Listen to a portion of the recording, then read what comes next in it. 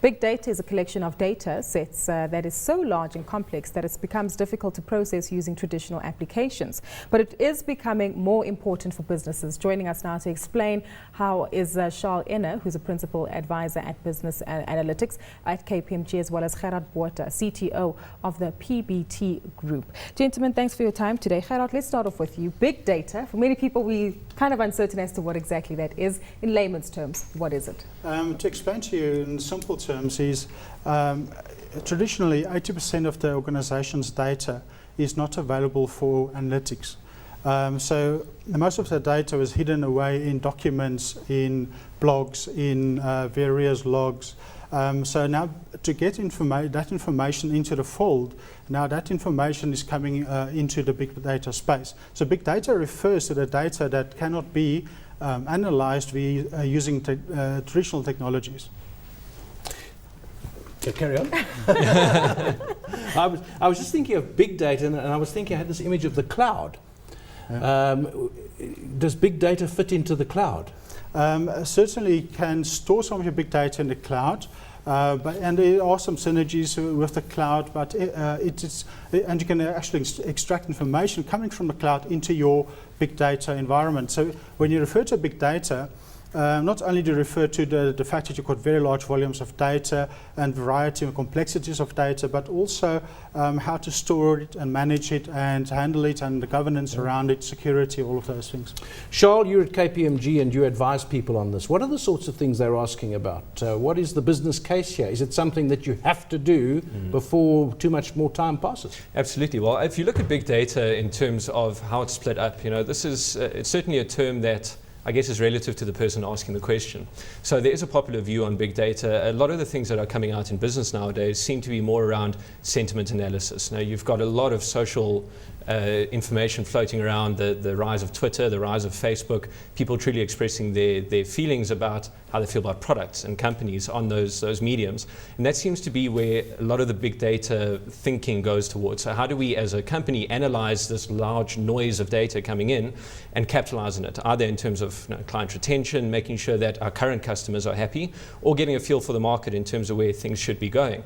However, those are still things where it is still a little bit difficult to quantify the business case around it or the value proposition. There is another angle, and we see it in certain industries, healthcare, financial services, which is the regulatory and compliance question. So how do we get a true view of our customer, a true view on their credit view, on their default risk, on what their potential behaviors are going to be going forward, and then utilizing that for, let's say, for example, looking at the Basel Accord, on how we then calculate what kind of capital we need to be holding back for default risk.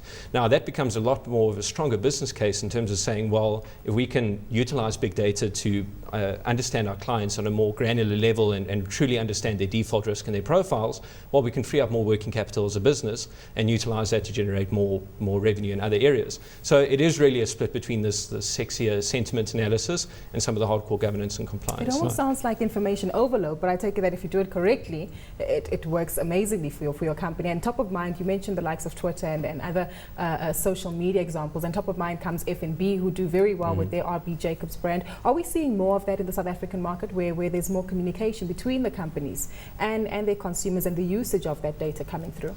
Certainly, I think South Africa, we always find ourselves, and I don't want to say unique circumstance, but we do have a mixed view in terms of how people interact, for example, in our banking industry. So we've got the higher LSM space, which is usually addressed by the big four banks.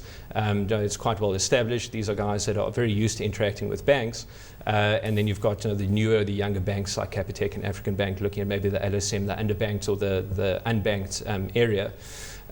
Coming back to your question, which was around how we're interacting with that in South Africa, definitely where the benefit comes there is we can utilize a lot of this analysis to truly understand what those customers are starting to do now. The F&Bs of the world, we're quite progressive in that way. As much as we seem like we're coming from a third world base in many ways, we've actually got an extremely progressive technological banking base here. A lot of our guys are already pushing out banking apps and that we can gather a lot of information and utilize that. So I think in South Africa, definitely the appetite is there. Do we have that broad banking base and the broad maturity in the market yet? I don't know. Gerard, how's it going to look? How's it going to change the way we do things? Is it going to be in a corner of your screen that you can now use it, or is it actually going to make people do things differently? The way I see big data, it's going to make a difference like before internet and after internet, or before Google and after Google.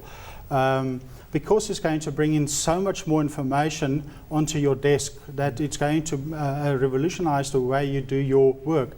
So it's not going to necessarily make you more productive. Yes, it is, because it's going to bring more data into your environment much quicker. But it's about the quality of the data. So you've got much a greater variety of sources. So you've got emails and Word documents and Excel documents, all of these things coming into your environment.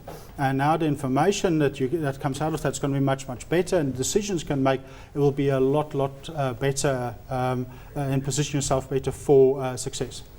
Just to close off with, I understand that you're going to school us on the 3 V's of big data. What are they, Charles? Oh, I'll have a go at it, no problem. So, what you're looking at traditionally there is you're talking about volume of data. So, we're talking about just massive amounts of information coming in.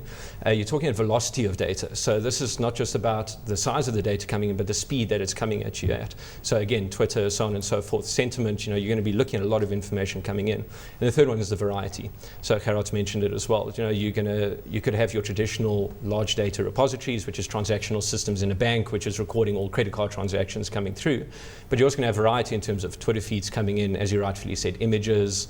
So really, you're not just dealing with a database or an Excel spreadsheet coming through. You really have to be able to look across totally different data types. So those are the 3 V's when you talk about it traditionally.